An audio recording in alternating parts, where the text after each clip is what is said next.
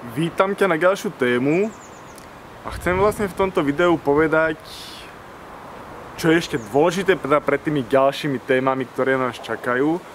A je to ešte teda niečo, čo sa dialo v nemocnici. Ono aj uvidíš napríklad, ako som sa hral, pobežať tu nejaké videá.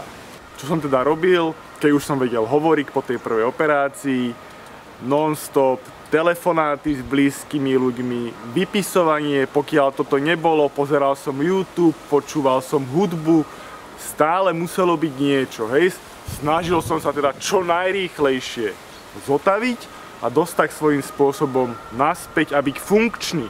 Ten telefón som mal toľko v tých rukách, že normálne otlačené prsty, ak som to tam mal opreté napríklad hranou, no... Ale hovorím dneska, že niekedy sú potrebné niektoré veci, aby teda som sa dostal niekam inám. Po druhej operácii, úplne náhodou teda, už tí moji spolupacienti boli preč z izby a bol som tam sám, čož bol teda veľmi dôležitý moment pre mňa. Neviem ani ako to takto povedať do videa, lepšie by to bolo asi osobne. Ale každopádne Jordan Peterson má taký citát, že to, čo potrebuješ najviac, je na takom mieste, kde sa chceš najmenej pozrieť.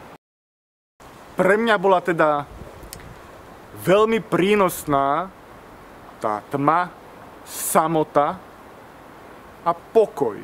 Počas noci, aj keď som sa zobudil, už som nevyužíval hudbu, aby som presunul svoju pozornosť niekam inám, alebo aby som niečo zakryl. Jednoducho som skôr nechal niečo otvoriť.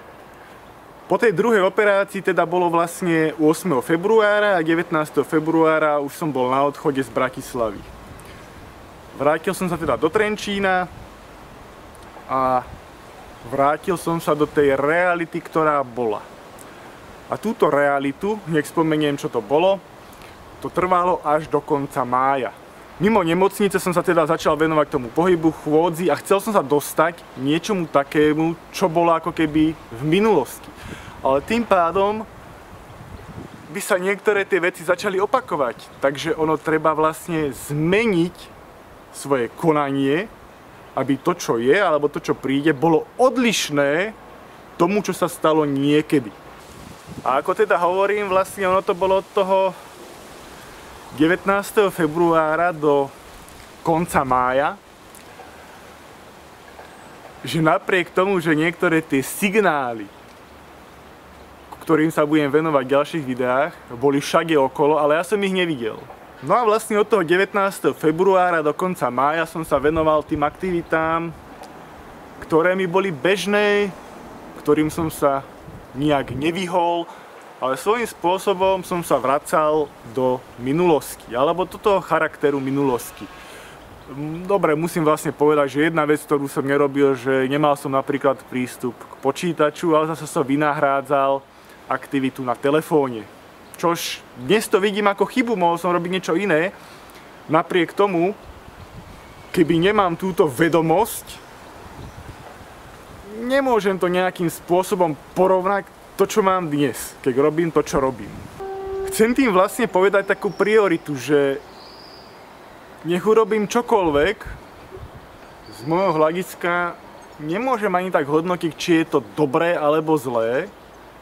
Je to jednoducho niečo, čo ma niekam privedie a niečo sa po tej ceste ako keby stane.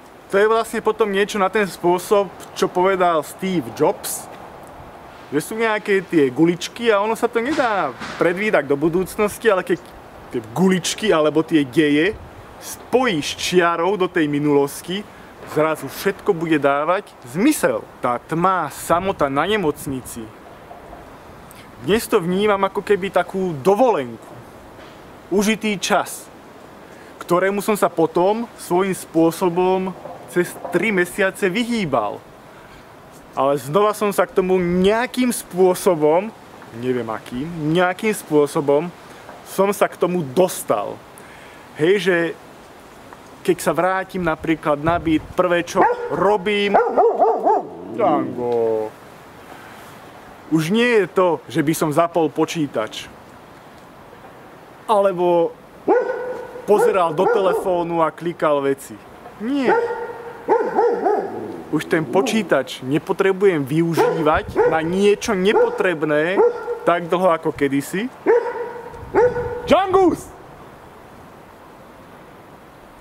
A takisto mám ten čas, ktorý môžem venovať iným veciam, ktoré sú pre mňa dôležitejšie v objavovaní niečoho nového, alebo inak poviem, schovaného niekde pod štrbinou, ktorú chcem teda odhaliť a nájsť to, čo potrebujem. Čo teda potrebujem a z čoho mám radosť? Nech niekto povie, že som absolútne kritický. Inak toto je dobrá poznámka, k tomu sa na budúce vyjadrím ešte. Tak ono môžu byť autori, ktorí poukazujú na nejaké myšlienky.